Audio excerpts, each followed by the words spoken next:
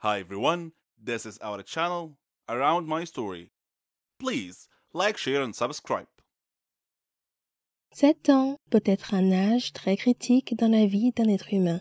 C'est l'année où l'on passe du CP au CE1. C'est peut-être aussi l'année où l'on pratique pour la première fois un sport qui façonnera notre avenir. Mais pour moi, c'est l'âge où mes parents ont décidé de mener des vies séparées. J'ai grandi comme n'importe quelle fille ordinaire, j'ai fréquenté une bonne école maternelle, j'ai fait du sport et j'avais de bons amis. Mes parents, si je me souviens bien, étaient toujours de bonne humeur, l'un envers l'autre et partageaient la joie d'élever leur fille ensemble. Je n'ai que peu de souvenirs des mauvais moments où mes parents se disputaient.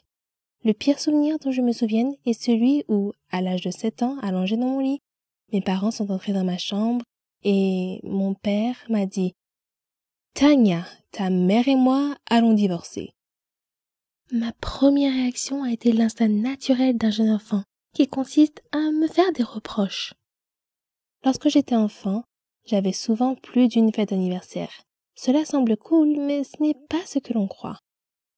Je suis une enfant issue d'un divorce. Mon enfance ne m'appartenait pas. Elle appartenait à mes parents. Je me suis perdue dans tous les efforts que j'ai faits pour apaiser les deux camps de ma famille. En me déplaçant seule entre deux vies distinctes, j'étais en marge de chaque famille. Jamais une initiée.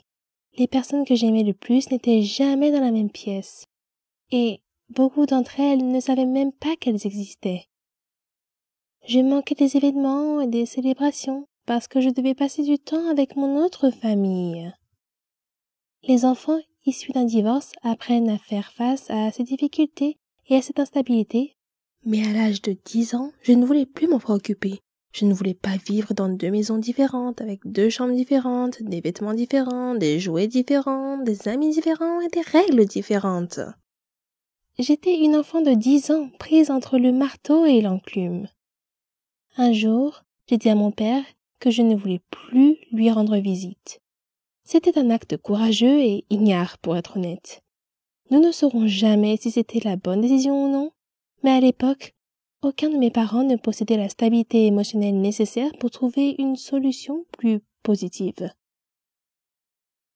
C'est ainsi que les choses se sont passées. La lutte pour le pouvoir qui était restée latente entre mes parents a éclaté à nouveau. Et cette fois-ci, c'est moi qui en ai été la cible. Cette fois, j'étais responsable de la discorde. Dans une maison, on me blâmait. Dans l'autre, j'étais une victime. Il n'y avait plus de fêtes d'anniversaire multiples. Au lieu de cela, il y avait la stabilité et la cohérence dans une maison, la colère et l'évitement dans l'autre. Les choix entraînent des conséquences et, au fil du temps, j'ai perdu le contact avec la famille de mon père.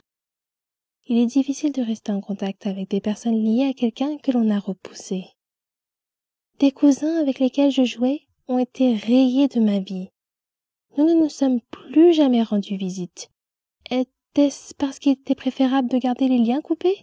Ou était-ce ma punition pour avoir été une horrible enfant? Tout ce que je connaissais, c'était le silence et la perte. Au début de mon adolescence, ma mère s'est remariée et j'ai rencontré de nouveaux cousins. J'ai appris de nouvelles traditions de Noël et je me suis assise à la table avec des nouveaux enfants.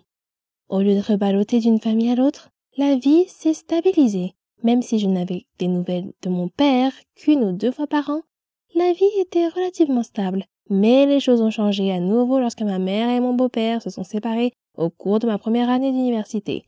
Je tentais de rester en contact avec les membres de ma famille chaque fois que je rentrais chez moi pour les vacances. Encore une fois, j'essayais de faire plaisir à tout le monde, alors que l'anxiété envahissait mes pensées.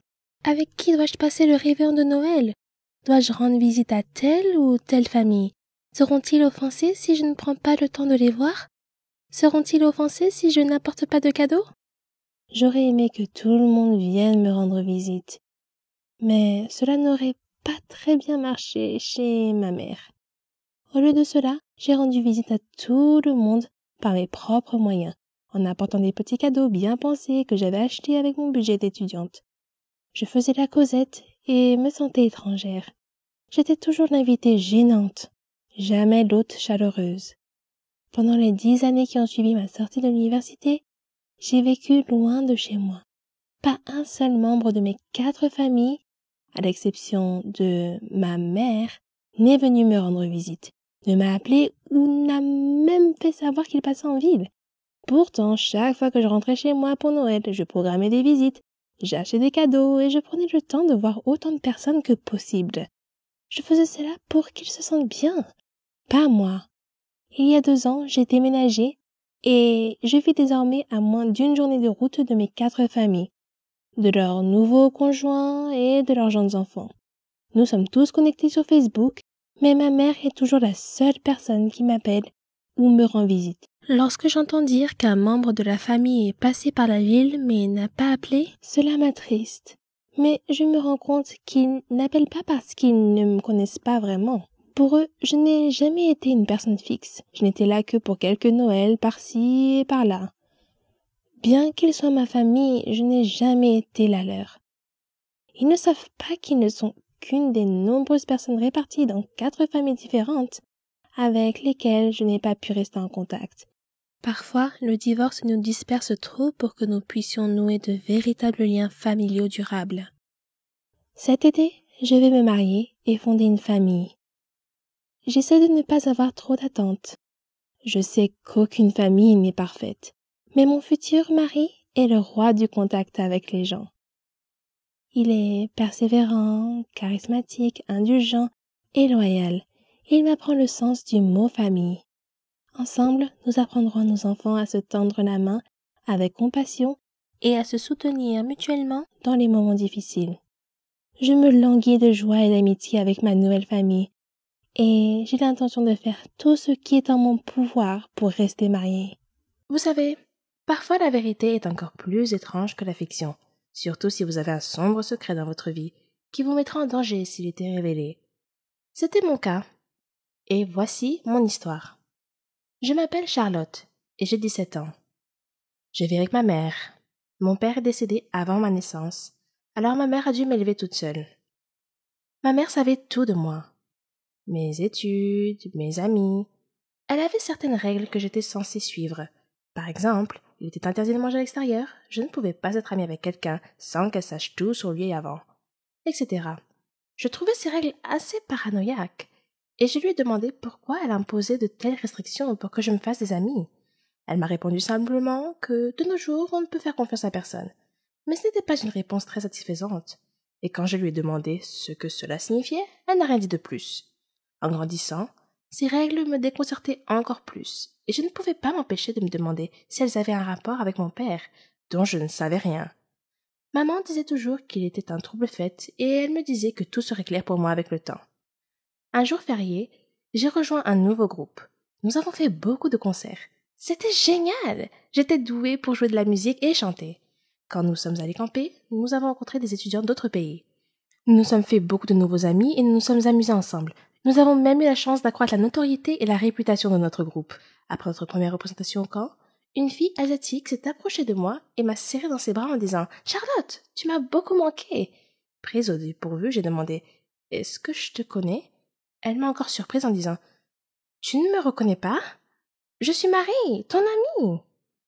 J'ai souri et j'ai répondu « Tu dois te tromper. Je ne te connais pas. » Après avoir insisté sur le fait qu'elle était bien mon amie, elle s'est excusée et est repartie en courant rejoindre ses amis. Bizarre. Maintenant que j'y pense, j'ai souvent eu l'impression étrange que quelqu'un m'observait partout où j'allais.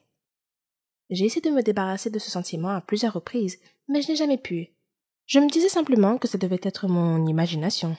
Ce soir-là, nous sommes tous allés faire une excursion dans la jungle.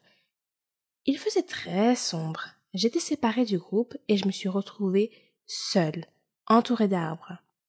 J'ai appelé mes amis, mais personne ne m'a entendue. Soudain, je suis tombée sur quelqu'un. Une fille, semble-t-il, et je me suis excusée. Quand je me suis retournée pour la regarder, j'ai été choquée de voir moi-même, ou mon double. C'était comme si je me regardais dans un miroir. « Qui es-tu » ai-je demandé. « Je suis Charlotte » a-t-elle répondu simplement. « C'est impossible. Je suis Charlotte » dis-je avec assurance. « Es-tu avec nous ici au camping ?»« Oui » dit-elle. Je lui ai demandé quel était le chemin du retour vers le camping. Elle a indiqué une direction et nous sommes repartis. Alors que nous marchions, son téléphone a sonné. C'était son père. Il était inquiet pour elle et voulait s'assurer qu'elle allait bien. Nous sommes arrivés à nos tentes sans incident et j'ai dit « C'était vraiment agréable de te rencontrer, Charlotte. Je te verrai demain ?» Je ressentais une forte connexion avec cette fille pour une raison quelconque. Puis je me suis rendu compte que j'avais oublié mon sac et je suis allée le chercher. Et de nouveau, j'ai eu ce sentiment inquiétant d'être observée. Soudain, quelque chose me frappe à la tête. Quand je me suis réveillée, je me suis retrouvée assise dans une voiture entourée de personnes portant des lunettes de soleil et j'étais vraiment effrayée. « Qui êtes-vous » ai-je demandé. « Et qu'est-ce que vous voulez de moi ?» Un homme m'a dit que mon père était la raison pour laquelle il m'avait kidnappée. Quand je lui ai répondu que mon père était mort il y a longtemps, il a juste ri. Puis il me pulvérisa quelque chose au visage et je perdis connaissance. Quand je me suis réveillée plus tard, l'autre Charlotte était attachée à côté de moi. L'un des hommes semblait confus de voir moi et a demandé à son patron laquelle de nous était la fille qu'il cherchait. Soudain, j'ai entendu quelqu'un crier « Stop! Ne bougez pas !» La police surgit de la ligne des arbres, encercla la voiture et apprehenda les hommes. Puis, ils nous détachèrent toutes les deux. Quelqu'un est apparu, l'air très inquiet. L'autre Charlotte a commencé à se réveiller et a demandé où elle était et ce qui se passait. Puis, elle vit son père et courut vers lui. Son père m'a alors regardé et m'a demandé mon nom et celui de ma mère. Quand je lui ai répondu, il a dit qu'il savait qui j'étais et m'a dit de transmettre ses salutations à maman et de lui dire qu'il continuait à garder son secret. Puis il me remit une médaille et me serra dans ses bras en disant qu'il n'était pas sûr que nous nous reverrions un jour. Je le regardais toujours d'un air confus. Alors il sourit et me demanda où était mon père. Et je lui répondis que mon père était mort. Il a dit que c'était leur accord entre ma mère et lui, qu'il essayait seulement de nous protéger, moi et l'autre Charlotte, qui se trouvait être ma sœur jumelle. Il dit avoir eu des problèmes dans son travail. Des gens ont menacé de nous tuer. Alors lui et ma mère ont décidé de nous séparer. Elle t'a emmené et j'ai pris ta sœur jumelle, a-t-il dit. Nous avons fait ça pour te garder en sécurité. J'ai appelé ta jumelle Charlotte, comme toi. Je me sentais encore un peu bouleversée à ce moment-là. C'était absurde. Je ne pouvais pas le croire. Soudain, j'ai entendu quelqu'un m'appeler. « Charlotte, réveille-toi! C'est l'heure de notre voyage. Tu as dû faire un cauchemar, car tu criais. » Je me suis réveillée et me suis retrouvée dans une tente avec mon ami. Quand je suis sortie de la tente, je me suis arrêtée. Juste en face de moi, me regardant dans les yeux, se trouvait une fille qui était mon reflet exact.